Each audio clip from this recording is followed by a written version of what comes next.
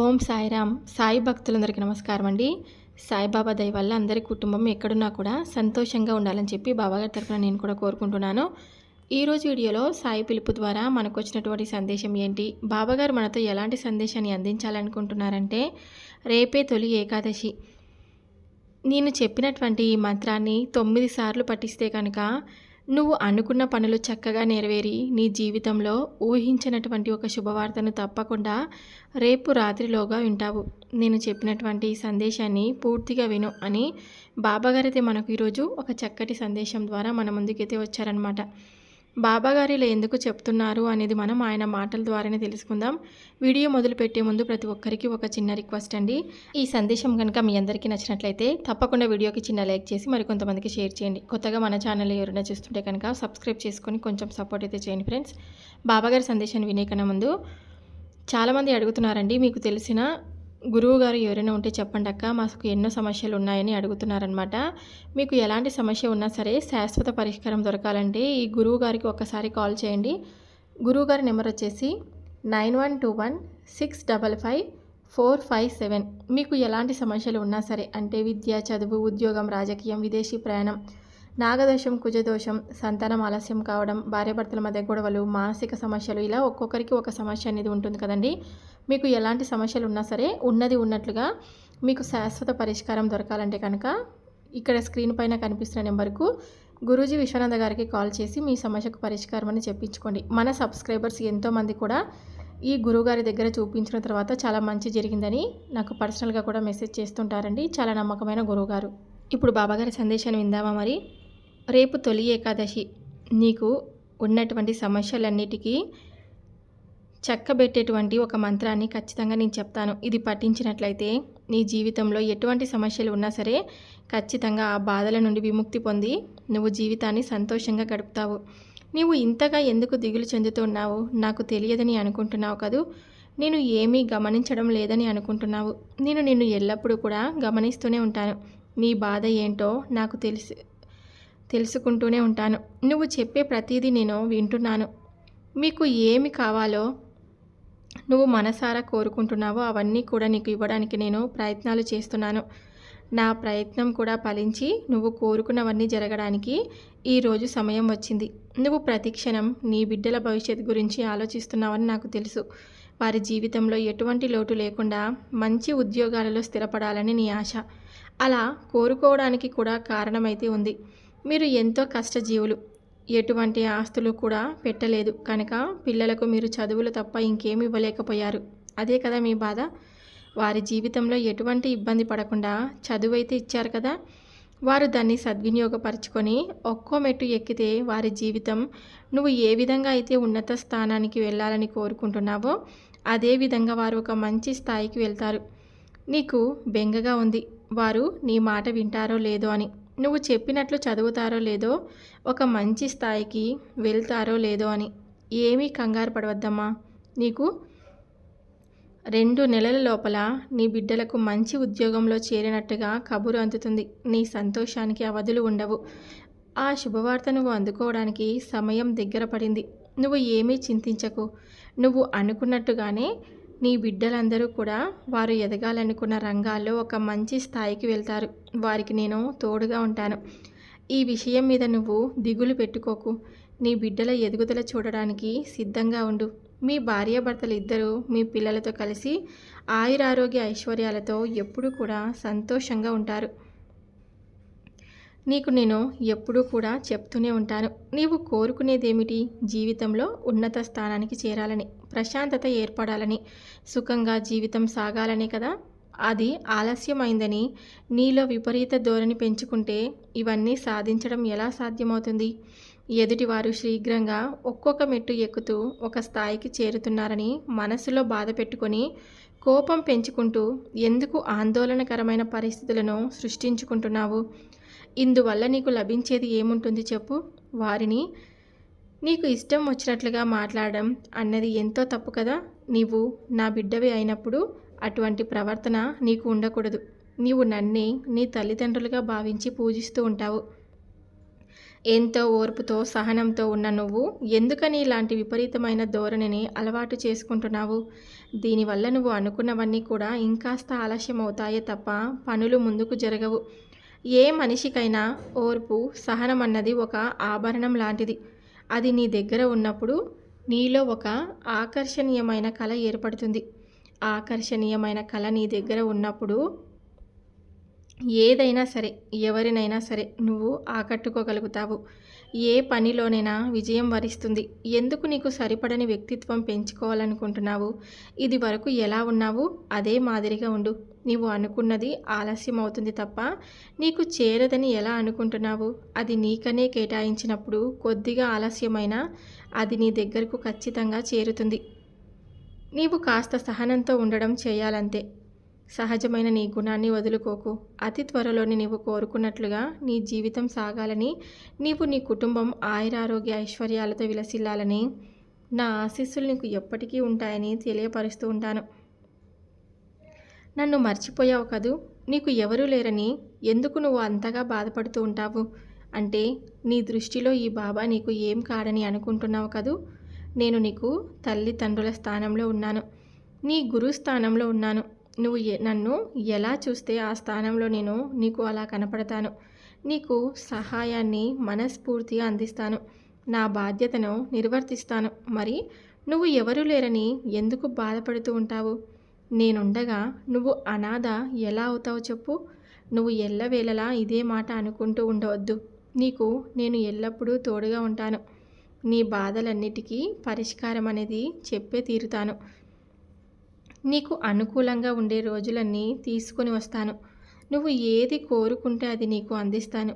ఒక తండ్రి వలె నువ్వు కోరుకున్నవన్నీ కూడా నీకు చేర్చి నీకు ఆనందం కలిగించడం నా బాధ్యత. నాది ఒక తల్లి వలె నీ మంచి చెడ్డలు బాగోగులు ఆలోచించే బాధ్యత కూడా నాదే.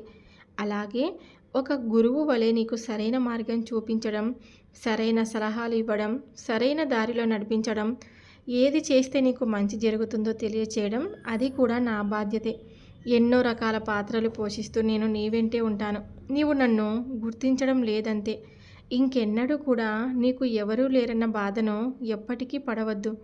ఆ ఆలోచన కూడా నీ మనసులోకి రానివద్దు. నీకు సకలం నేనే.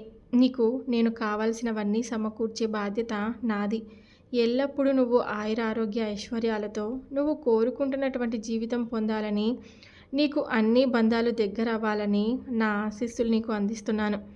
నేను చెప్పినటువంటి ఈ చిన్న మంత్రాన్ని పఠిస్తే చాలు, నువ్వు కోరుకున్న కోరికలు అన్నీ కూడా ఖచ్చితంగా తీరుతాయి. సమస్తము నీ బాధ తొలగిపోయి జీవితాంతం సంతోషంగా ఉంటావు. ఇప్పుడు నేను చెప్పినటువంటి ఈ మంత్రాన్ని 9 సార్లు పఠించు. శ్రద్ధగా విను. ఓం హ్రీం శ్రీం క్లీం పూర్వ దుర్గతి నాశిన్యై మహామాయై స్వాహ అనే ఈ మంత్రాన్ని 9 సార్లు పఠించి నువ్వు నీ సంకల్పాన్ని చెప్పుకుంటే కనుక నీ జీవితంలో ఒక ఊహించినటువంటి అద్భుతాన్ని నువ్వు తప్పకుండా చూస్తావు.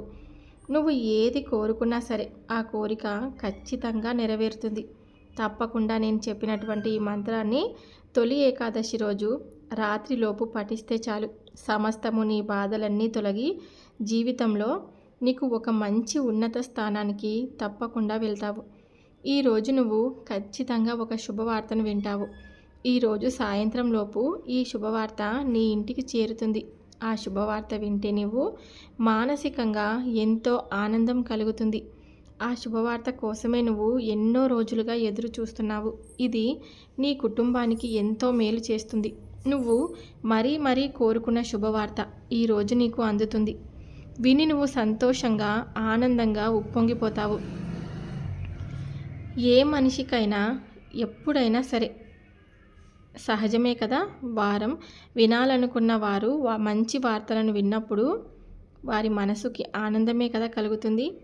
ఎన్నో ఏళ్ల కృషి ఫలించి నీకు ఈరోజు మంచి వార్త చేరుతుంది. ఇక నుండి నీకు అంతా కూడా మంచి జరుగుతుంది. ఈ వార్త అన్ని శుభాలని తీసుకొస్తుంది. ప్రతిదీ మంచి జరుగుతుంది. నీ జీవితం ఒక మంచి మార్గంలోనికి వెళ్తుంది. ఆనందమైన రోజుగా ఇది నీ జీవితంలో నిలిచిపోతుంది. సంతోషాలు వెళ్ళి విరుస్తాయి. సమాజంలో గౌరవ మర్యాదలు పెరిగి మీ హోదా కూడా పెరుగుతుంది. ఇటువంటి రోజు కోసమే కదా ఎన్నో రోజుల నుండి ఎదురు చూస్తూ ఉన్నావు.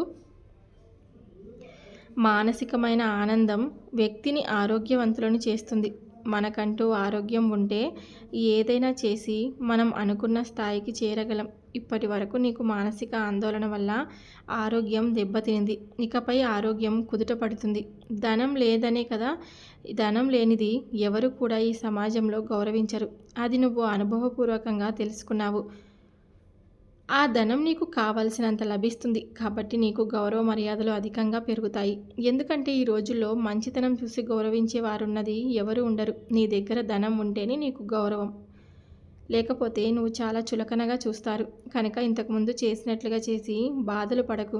వచ్చిన సొమ్మును జాగ్రత్తగా చేసుకొని సమాజంలో గౌరవంగా బ్రతకడానికి అవసరమైనటువంటి ఏర్పాట్లు చేసుకో. సుఖ సంతోషాలతో జీవించడానికి నీకు ఒక మంచి అవకాశం వచ్చింది. సద్వినియోగం చేసుకో. నువ్వు నీ కుటుంబంతో కలిసి ఆయురారోగ్య ఐశ్వర్యాలతో ఉంటావని నేను నీకు మాటిస్తున్నాను. నీ బెంగ తొలగి సమయం ఆసన్నమైనది. నీకున్న సమస్య మీ భార్యాభర్తలు ఇద్దరి మధ్యన సరైన సఖ్యత లేకుండా అనవసరమైన గొడవలు, ఆందోళన కలుగుతున్నాయి. ఇంట్లో బిడ్డలను సరిగా చూసుకోలేకపోతున్నారు. ఇంట్లో సుఖ సంతోషాలతో ఉండలేకపోతున్నారు. అన్నీ కూడా మాయమైపోతున్నాయి. మీరిద్దరూ ఇలా ఉండడంతో మీ బిడ్డలు కూడా అయోమయ స్థితిలో ఉంటున్నారు. ఇలాగే కొనసాగితే బిడ్డల భవిష్యత్తు కూడా ప్రశ్నార్థకమవుతుంది. అది ఆలోచించే నువ్వు చాలా బెంగపడుతూ ఉంటావు. నీ చేతుల్లో ఏముందని అనుకుంటున్నావు? నిజమే, నీ చేతుల్లో ఏముంది? నువ్వు ఎక్కడికక్కడే రాజీ పడుతూనే ఉన్నావు కదా. అయితే ఒకరు అలా ఉండగానే సరిపోదు కదా, అవతలి వారు కూడా అదే విధంగా ఆలోచించినప్పుడే వారి జీవితం మారుతుంది. ఇప్పుడు మీ ఇద్దరికీ ఉన్న భేదాలు అన్నీ సమసిపోయే సమయం ఆసన్నమైనది. జీవితంలో కొంత సమయం ఏదో ఒక విధంగా మనల్ని బాధ పెడుతూ ఉంటుంది. మీరు ఇప్పటి వరకు ఆ బాధ అనుభవించారు. ఇక నుండి ఎటువంటి బాధలు మీ జీవితంలో ఉండవు. మీరిద్దరూ కూడా సమస్యలన్నీ చక్కబెట్టుకుంటారు. మీ మధ్య ఉన్న సమస్యలు తొలగిపోయి మీరిద్దరూ కలిసిమెలిసి అన్యోన్యంగా ఉంటారు. మీ పిల్లల భవిష్యత్ బంగారుమయం చేస్తాను. ఎందుకంటే సమయం అనుకూలంగా లేక మీరిద్దరూ ఇలా ఉన్నారు. కానీ ఒకవేళ సహజంగా అయితే మీరిద్దరూ కూడా మంచితనం కలిగిన వారే, సహనంతో ఉండేవారే. కానీ ఎంతలాంటి వారైనా సరే ఒక్కొక్కసారి కాలం పరీక్ష పెడుతుంది. అది ఓడిపోవాలా గెలవాలా అన్నది మన చేతిలో ఉంది. మీరు ఇప్పటికీ అది గుర్తిస్తారు. అన్యోన్యంగా ఉండి మీ జీవితాన్ని సుఖమయం చేసుకుంటూ మీరు పిల్ల పాపలతో ప్రశాంతంగా బతుకుతారు. ఉన్న సమస్యలన్నీ అకస్మాత్తుగా తొలగిపోయి మీ జీవితంలో నుండి వెళ్ళిపోతాయి. అన్ని రకాలుగాను మీరు పరిస్థితులను అనుకూలంగా మారి ఎటువంటి ఇబ్బందులు లేకుండా ప్రశాంతమైన జీవితం అయితే మీరు లభిస్తుంది. మీరు హాయిగా కూడా ఉంటారు. మీకు ఎల్లబెల్లలా సుఖ సంతోషాలు కలిగి మీరు పిల్లలతో ఎప్పుడూ కూడా ఆయురారోగ్య ఐశ్వర్యాలతో ఉండాలని ఎప్పుడు కూడా నీకు నా ఆశీస్సులు ఉంటాయని మాటిస్తున్నాను. జీవితంలో వెలుగు అనేది ఖచ్చితంగా వస్తుంది. నువ్వు వినాలనుకున్న శుభవార్త తప్పకుండా వింటావు. ఈరోజు నువ్వు ఖచ్చితంగా ఆ శుభవార్త కోసం ఎదురు చూస్తున్నావు. నీకు ఈరోజు ఈ సందేశం ద్వారా శుభవార్త అందిస్తున్నాను. గత కొంతకాలంగా మీకు ఆర్థిక బాధలు చాలా ఎక్కువైపోయాయి. ఆ బాధలు తొలగించుకోవడానికి మీరు చేసే ప్రయత్నాలు ఏవి ఫలించక ఈ రోజు వరకు నానా యాతనలు పడుతూనే ఉన్నారు. అటువంటి బాధలన్నీ తొలగి మీరు అనుకున్నవన్నీ మీకు లభించే సమయం ఇది. అందుకే మీకు నేను ఈ శుభవార్త తీసుకొని వచ్చాను. మీరు అనుభవిస్తూ ఉన్న ఈ బాధలన్నీ కూడా తొలగిపోయి ఆర్థికంగా బలం పుంజుకుంటారు. మొదటగా అయితే మీకు ఉన్న రుణ బాధలన్నీ తొలగిస్తాను. ఎవరికైతే మీరు బాకీ పడి తిరిగి ఇవ్వలేక ఇబ్బందులు పడుతున్నారో వారికి తిరిగి వారి సొమ్ము వారికి చెల్లించడానికి ఈ రోజు నుండి మీకు ధనం లభిస్తుంది. కొద్ది రోజుల్లో ఈ రుణభారం మొత్తం కూడా తొలగిపోతుంది. ఆ తర్వాత మీరు కోరుకున్నటువంటి సౌకర్యాలు ఏర్పరచుకోవడానికి అవకాశం లభిస్తుంది. మీరు కోరుకుంటున్నటువంటి ఇంకొక కోరిక సొంత ఇల్లు కావాలని. ఆ కోరిక మీకు వచ్చే విజయదశమి నాటికి తప్పకుండా నెరవేరుతుంది. మీకు ఈ రుణ బాధలు తొలగడంలోనే చాలా ప్రశాంతత కలుగుతుంది. కనుక మీ సొంత ఇల్లు లభించిన తర్వాత మీకు ప్రశాంతత కూడా ఏర్పడుతుంది. మనిషికి ఉండడానికి ఒక ఇల్లు, తినడానికి తిండి, కట్టుకోవడానికి బట్ట, ఇవి అతి ముఖ్యమైన అవసరాలు. వీటికి లోటు లేని వాడు ఈ ప్రపంచంలో హాయిగా బ్రతుకుతాడు. మీకు వీటికి ఏనాడు కొదవ ఉండదు. మీ ఆర్థిక అవసరాలన్నీ కూడా నేను నెరవేరుస్తూ ఉంటాను. ఆర్థికంగా మీరు మంచి స్థాయికి వెళ్తారు. ఎందుకంటే మీరు ఇప్పటి వరకు పడిన కష్టాల్లో ఆర్థిక విషయాలలో ఎలా ఉండాలన్నది తెలుసుకున్నారు. సుఖ సంతోషాలతో, ఆయురారోగ్య ఐశ్వర్యాలతో మీ కుటుంబం అంతా ఎప్పుడూ కూడా సంతోషంగా ఉంటుంది. ఎప్పుడు కూడా ఈ బాబా ఉండగా మీకు ఎలాంటి దిగులు ఉండదని మీకు ఎప్పుడూ గుర్తు చేస్తూ ఉంటాను. రేపు తొలి ఏకాదశి కదా, నేను చెప్పినటువంటి ఈ చిన్న మంత్రాన్ని మీరు 9 సార్లు పఠించి ఉన్నట్లయితే కనుక ఖచ్చితంగా మీకు అంతా మంచి జరుగుతుంది. మర్చిపోకుండా చెప్పిన పనిని శ్రద్ధగా విని పాటించి మీ జీవితాన్ని సంతోషమయం చేసుకోండి అని బాబాగారు అయితే మనకు ఈరోజు ఒక చక్కటి సందేశాన్ని మన ముందుకైతే తీసుకొచ్చారండి. బాబాగారు చెప్పినటువంటి ఈ సందేశం మీ అందరికీ నచ్చితే కనుక తప్పకుండా మన వీడియోకి ఒక చిన్న లైక్ అయితే ఇవ్వండి. కొత్తగా మన ఛానల్ ఎవరైనా చూస్తుంటే కనుక మర్చిపోకుండా సబ్స్క్రైబ్ చేసుకొని మరికొంతమంది సాయి భక్తులకు మన వీడియోని షేర్ చేయడానికి మీరు ఒక చిన్న ప్రయత్నం అయితే చేయండి. రేపు సాయి పిలుపు ద్వారా వచ్చే సందేశంతో ప్రతి ఒక్కరూ మళ్ళీ కలుద్దాం. అంతవరకు బాబాగారి ఆశీస్సులు అందరి కుటుంబాలపై ఉండాలని చెప్పి నేను మనస్ఫూర్తిగా కోరుకుంటున్నాను. సర్వే జనా సుఖినో భవంతు. జై సాయిరామ్.